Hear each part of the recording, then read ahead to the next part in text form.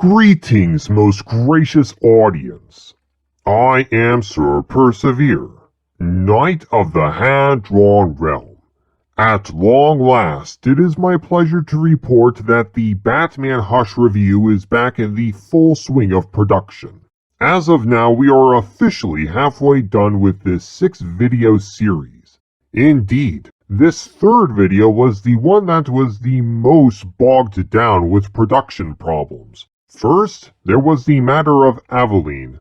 Not only did the animation commentator draw and color her in a couple of poses, he did likewise with Klingon, her husband. And there was the matter of explaining the dynamics between unicorns and tessahorns. Unlike your real-life realm, where horned horses are called unicorns, in my world, the horses with horns are called tessahorns. They are named thusly to avoid confusion with unicorns. The unicorns of my world live far away from my homeland. They are rhinos with massive horns on their heads. As a result, the animation commentator also drew a unicorn to show the difference. You'd think that after doing all that drawing to show these dynamics at the beginning of this third video, the animation commentator would be able to spring right back into video production for Batman Hush. You'd be sadly mistaken. There were several distractions that occurred after the drawings were complete. The most notable distraction was the drama regarding He-Man. The time that we spent making the 4 videos covering the Revelation disaster was time that could have been spent on Batman Hush. But alas, we wish to give our thoughts on a project that was a bit more relevant to the conversation at the time in an attempt to boost subscribers. Not that it got a lot of views on YouTube, but that's alright. In the end, we had fun making those videos. Maybe future newcomers will check them out retroactively. In the end, it is good to be working on Batman Hush again. I never anticipated that the project would take this long to finish. But, as some would say, it's all downhill from here. If nothing else interrupts my work, I should be done with this series in less than 3 months. And I hope 3 months is an overestimation. But life can be funny like that. For all I know, Dawn Bluth could release a secret project to the world, and I could be all over it, hopelessly distracted once more. Anyway, in celebration of getting this third video finished, I have released 2 new designs on my TeePublic store. They both concern Aveline. Ice Cold Beauty is simply Aveline in her default form. Doesn't she look beautiful? If looks could chill, is Aveline activating her ice powers and getting ready to turn her enemies into blocks of ice. If you wish to have this beautiful Tessahorn on a shirt or some other merchandise, you can go to my TeePublic store to order it.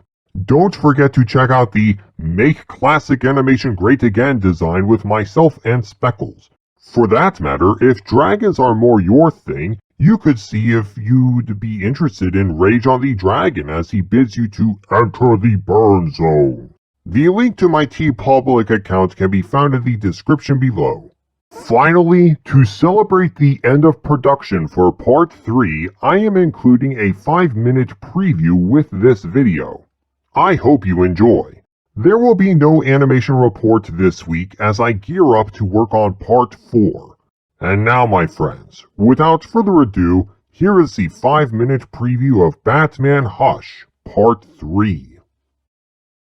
Greetings, most gracious audience. I am Sir Persevere, Knight of the Hand-Drawn Realm. And I am Speckles, Salamander of the Hand-Drawn Realm as Persevere's talking animal sidekick. And I am Aveline, Tessahorn of the Hand-Drawn Realm and the wife of Sir Persevere's personal mount, Klingon the Tessahorn. Before we proceed any further, I think it is only fitting that you provide more explanation regarding yourself, Aveline. The average viewer will identify you as a unicorn based on the fact that people in the real-life realm call animals that look like you unicorns. Of course, I would only be too glad to clear the air about that misconception, Sir Knight. Where Sir Persevere, Speckles, and I come from, unicorns are rhinos with elemental powers that live far away from Sir Persevere's home country. To avoid confusion, horned horses with elemental powers like me are called Tessahorns. Can you explain the 4 colors and elemental powers of Tessahorns to these fine people? With pleasure, little one. As you can see, I am a blue Tessahorn. I have the power to shoot ice from my horn to freeze my opponents. As I mentioned before, I am happily married to Klingon, Sir Persevere's personal mount. Klingon is a white Tessahorn who has the power to heal people with a touch of his horn, though he can also drain the life essence of his enemies with his horn to heal himself. Red Tessahorns can shoot fiery red lasers from their horns. And finally, yellow Tessahorns can read minds and use their horns to send out debilitating psychic attacks on their enemies. And how is Klingon doing these days? He's fine. He's been training some inexperienced white Tessahorns in the art of healing. Sometime I would like both of you on my show together. Klingon and I have had much fun vanquishing evil warlords together in the hand-drawn realm. It would be nice to do some pop culture commentary with him as well. I'll see if I can pull my husband away from his busy schedule. That's all I can ask. Do you know what movie we are reviewing today? If I remember correctly, you told me earlier we were reviewing a movie about Batman.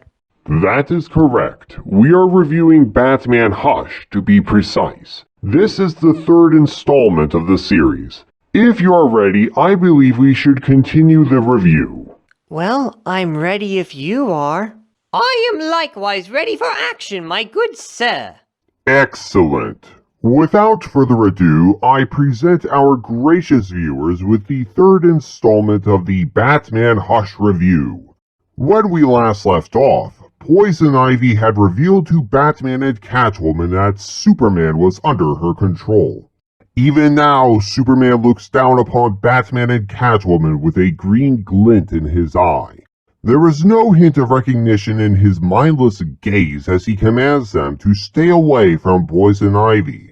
With cockiness in her voice, Poison Ivy tells them that they have heard her Superman. The Mistress of Plants then whispers into Superman's ear, "Lover, kill them." Good, Anakin, good. Kill him. Kill him now. I shouldn't. Do it. I hope that sudden reference to Revenge of the Sith is not indicative of what's to come. Wait and see. Those third-party movie references are in my videos for the fun of it to draw parallels between Batman Hush and other works. That's all that is. Anyway, Batman and Catwoman back away while Superman floats towards them. Catwoman asks Batman if he has a plan. Batman says his only plan is to run, which prompts both of them to turn tail. This foe is beyond any of you. Run! Superman's green eyes light up with a fiery red tint that turns into full-blown laser vision. Looking into his eyes right now is like looking into the twin portals of a red abyss. I can't argue with that comparison. Superman's laser vision cuts past Batman and Catwoman. Although the beams did not directly touch the duo, they sliced up the floor to the point where the Caped Crusader and the Cat Burglar could no longer run and instead stumble around. As the sequence plays on, we can see Batman and Catwoman being thrown off their feet by reason of the laser-sliced floor bucking around like a wild bronco.